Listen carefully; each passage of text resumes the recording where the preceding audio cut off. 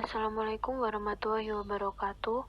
Perkenalkan, kami dari kelompok 10 yang beranggotakan Adelia Fernanda dan Ayogia Ayonono S. Kami akan membahas tentang konsep uang dan perbankan, serta hakikat uang dan suku bunga, dan yang terakhir adalah permintaan dan penawaran akan uang. Konsep uang dan perbankan.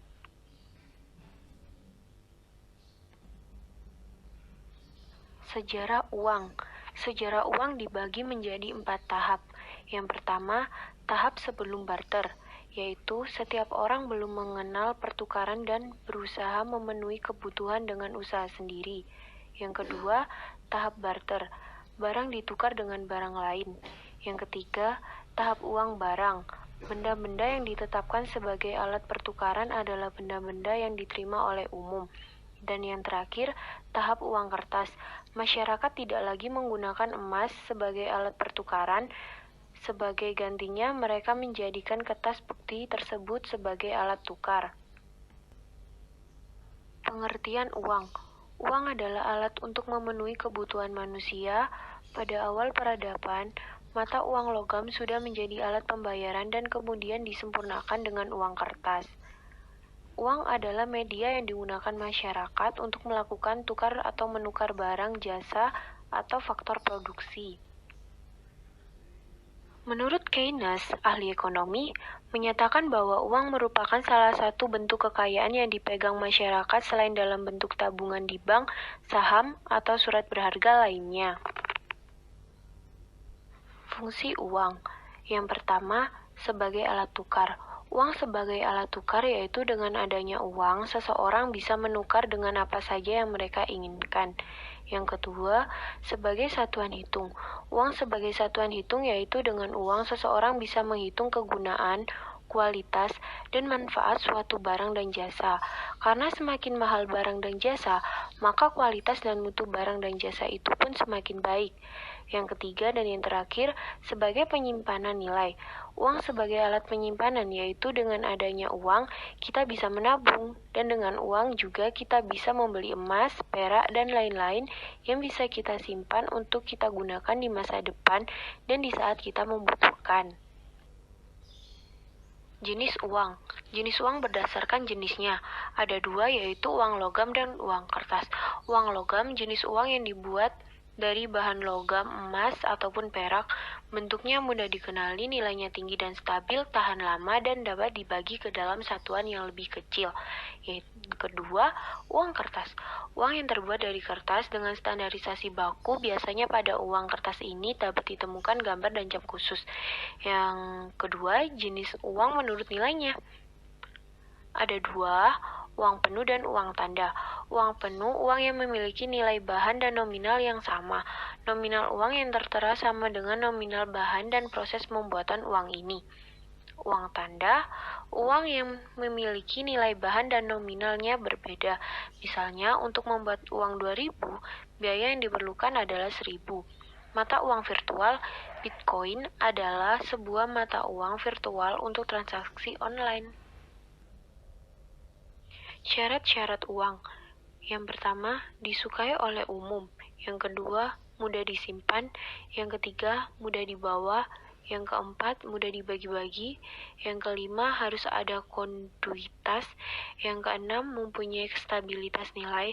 Dan yang ketujuh, harus bisa mencukupi kebutuhan perekonomian. Permintaan dan penawaran uang. Permintaan uang diartikan sebagai suatu kebutuhan masyarakat terhadap sejumlah uang tertentu yang dibutuhkan untuk transaksi dalam perdagangan atau tujuan tertentu. Yang kedua, penawaran uang. Lebih dikenal dengan jumlah uang yang beredar. Faktor yang mempengaruhi penawaran uang yang pertama, semakin tinggi tingkat bunga, semakin sedikit jumlah uang yang beredar. Kedua, semakin tinggi pendapatan masyarakat, semakin banyak uang yang beredar. Yang ketiga, harga barang. Dan yang keempat adalah selera masyarakat. Teori uang. Teori uang dibagi menjadi 3. Yang pertama, teori barang. Teori barang ini sendiri dibagi menjadi 2, yaitu teori logam. Teori logam atau katalistik menyatakan bahwa uang diterima masyarakat karena bahannya dibuat dari logam yang bernilai tinggi. Teori ini dipelopori oleh Adam Smith. Yang kedua, teori nilai batas menyatakan bahwa uang diterima masyarakat karena adanya keperluan masyarakat akan barang dan adanya kepercayaan terhadap uang. Teori uang yang kedua yaitu teori nominalisme. Teori nominalisme dibagi menjadi 6. Yang pertama, teori perjanjian atau konvensi, yaitu uang diterima oleh masyarakat karena adanya perjanjian untuk memakai suatu benda dalam pertukaran. Peloporannya adalah Thomas Aquinas. Yang kedua, teori kebiasaan, yaitu uang diterima oleh masyarakat karena kebiasaan masyarakat menggunakan benda tertentu dalam pertukaran. Yang ketiga, teori kenegaraan, yaitu uang diterima oleh masyarakat karena adanya ketetapan dari pemerintah dalam pertukaran. Yang keempat, teori tuntutan atau klaim, yaitu uang diterima oleh masyarakat karena ada tuntutan terhadap barang-barang yang dihasilkan masyarakat. Yang kelima, teori realisme. Teori realisme yaitu uang diterima oleh masyarakat karena adanya penilaian terhadap uang yang dapat memudahkan pertukaran. Yang ketiga, teori internal. Teori internal dibagi menjadi 3. Yang pertama, teori kuantitas. Teori ini menyatakan bahwa nilai uang tergantung pada jumlah uang yang beredar dalam masyarakat. Semakin banyak uang yang beredar, semakin tinggi harga suatu barang, dan sebaliknya. Yang kedua, ada teori transaksi. Teori transaksi dipelopori oleh Irving Fisher dalam bukunya The Purchasing of Money, teori daya beli uang, yang pada hakikatnya perubahan jumlah uang beredar akan menimbulkan perubahan harga barang pada umumnya. Dan yang terakhir, teori persediaan kas. Teori persediaan kas juga dikenal dengan sebutan teori sisa tunai. Teori ini dikemukakan oleh Albert Marshall yang pada dasarnya merupakan pengembangan teori kuantitas oleh Irving Fisher. Dalam teori ini dinyatakan bahwa tinggi rendahnya nilai uang tergantung dari jumlah uang yang ditahan atau disimpan masyarakat untuk persediaan kas. Sejarah bank. Bank pertama kali muncul pada tahun 1200 sampai 1600. Di Indonesia sendiri dibagi menjadi beberapa periode. Yang pertama, periode zaman penjajahan Belanda sampai zaman pendudukan Jepang, yaitu 1827 sampai 8 Maret 1942. Yang kedua, periode pendudukan Jepang sampai proklamasi kemerdekaan, yaitu 8 Maret 1942 sampai 17 Agustus 1945. Yang ketiga, periode masa merdeka hingga tahun Orde Baru, proklamasi 17 Agustus 1945, dikeluarkannya Undang-Undang Perbankan 1967. Yang terakhir, periode keadaan perbankan setelah 31 Desember 1967. Pengertian bank. Bank merupakan sebuah lembaga intermediasi keuangan umumnya didirikan dengan kewenangan untuk menerima simpanan uang, meminjamkan uang, dan menerbitkan promes atau yang dikenal dengan banknot. Fungsi bank. Fungsi pokok bank adalah penghimpun dana, penyalur dana masyarakat, dan sebagai penunjang sistem pembayaran. Manfaat bank lainnya menciptakan uang melalui penyaluran kredit dan investasi.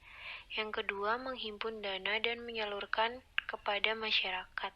Yang ketiga, menyediakan mekanisme dan alat pembayaran yang efisien dalam kegiatan ekonomi.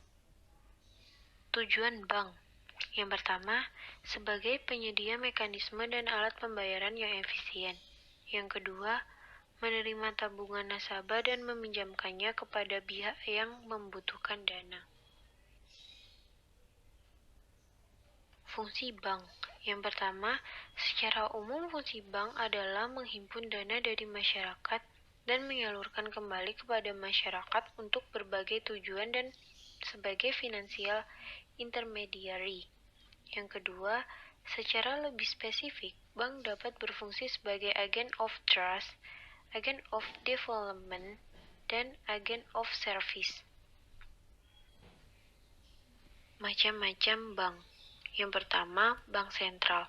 Bank yang memiliki tugas untuk mengatur peredaran uang, mengatur bank, menjaga stabilitas ekonomi, dan mengajukan penambahan atau percetakan mata uang rupiah. Yang kedua, bank umum. Lembaga keuangan yang menawarkan berbagai layanan produk dan jasa kepada masyarakat seperti penghimpunan dana, memberi kredit, peminjaman pada masyarakat, dan lain sebagainya. Yang ketiga, bank perkreditan rakyat. Bank yang melaksanakan kegiatan usaha secara konvensional dan atau berdasarkan prinsip syariah yang dalam kegiatannya memberikan jasa dalam lalu lintas pembayaran. Kebijakan moneter. Kebijakan moneter merupakan salah satu kebijakan di bidang ekonomi yang sangat berperan untuk mengatur dan menjaga stabilitas ekonomi suatu negara. Tujuan kebijakan moneter adalah 1. Menjaga stabilitas ekonomi, 2. Menjaga kestabilan harga, 3. Meningkatkan kesempatan kerja, 4. Memperbaiki neraca perdagangan luar negeri. Macam-macam kebijakan moneter. 1. Politik diskonto, 2. Politik pasar terbuka, 3. Kebijakan cadangan kas, 4. Kebijakan kredit selektif, 5. Kebijakan sunering, 6. Kebijakan devaluasi dan revaluasi. Peranan kebijakan moneter. Bank sentral diberi hak oleh pemerintah untuk mencetak dan mengedarkan uang. Hakikat uang dan suku bunga. 4 hakikat uang. 1. Uang itu langka. 2. Uang adalah popularitas. 3. Uang adalah hasrat. 4. Uang mengalami revolusi. Hakikat suku bunga.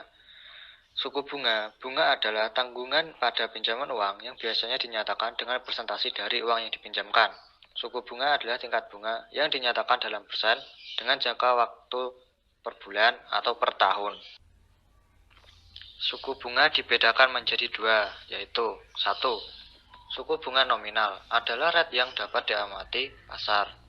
2. Suku bunga real adalah konsep yang mengukur tingkat bunga yang sesungguhnya. Suku bunga real sama dengan suku bunga nominal dikurangi dengan laju inflasi yang diharapkan. Teori tingkat suku bunga.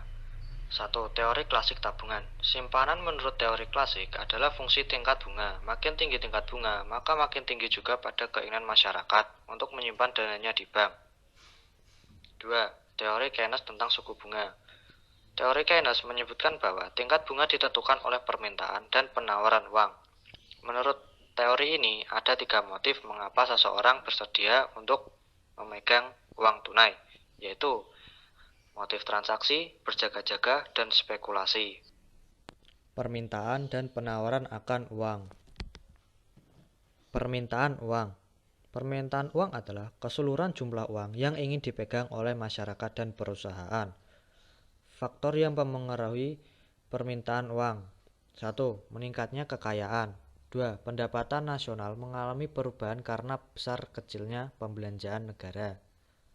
3. Meningkatnya kebutuhan transaksi dengan uang sebagai alat tukar. 4. Kebutuhan untuk berjaga-jaga. 5. Kebutuhan membuat spekulasi. Kurva permintaan uang. Kurva ini adalah kurva permintaan uang atau money demand. Sumbu tegak menunjukkan tingkat bunga real, sedangkan sumbu mendatar menunjukkan kuantitas uang yang diminta masyarakat secara keseluruhan. Kurva permintaan uang memiliki lereng negatif. Penawaran akan uang. Penawaran akan uang merupakan jumlah uang kartal dan uang gerel yang beredar pada suatu waktu tertentu. Faktor yang mempengaruhi penawaran. 1. Tingkat bunga. 2. Tingkat inflasi. 3. Tingkat produksi dan pendapatan nasional. 4. Kondisi kesehatan dunia perbankan. 5. Nilai tukar rupiah. Kurva penawaran uang. Fungsi dari kurva penawaran adalah untuk membandingkan harga beserta jumlah kuantitas produk yang ditawarkan. Dengan kata lain, jika harga sebuah barang meningkat, hal itu akan selaras dengan penawaran yang diberikan.